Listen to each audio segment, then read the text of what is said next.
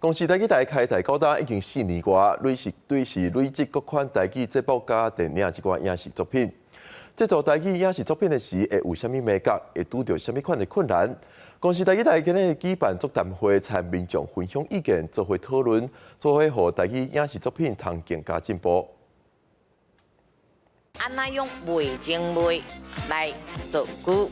公视台语台节目专家有智慧，有一位第55届金钟奖。这个受评审肯定的台语节目制作的时有啥物美感？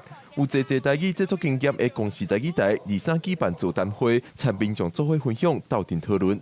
大众伊可能对台语有感情，毋过伊实际上可能较无一定了解讲，是住伫媒体要做啥物物件。虽然讲只是无即个机会会使去参与遮物件，毋过总是爱有一寡媒体的概念。讲咱日常咧讲，这是基本的，毋过当你要搁去改做变做一个全部的物件，你搁爱加搁较正确的元素入去。伊的用词啦，还是讲伊的转调，伊可能会较想到华语的思考，毋过台语有台语的思考。 台语顾问王秀荣讲，制作台语节目爱脱离华语的思考用词，依靠台语开的用法是真重要。虽然毋知影为虾米我会伫遮，毋过我上好家己放袂记。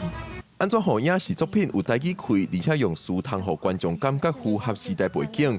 台语电影《罗马到15号》导演周美玲也真有感想。演员因咧生活当中讲的台语是生活化，伊咧祷告的时阵，伊讲的是一种基督徒特别的语言，迄毋是生活化的语言。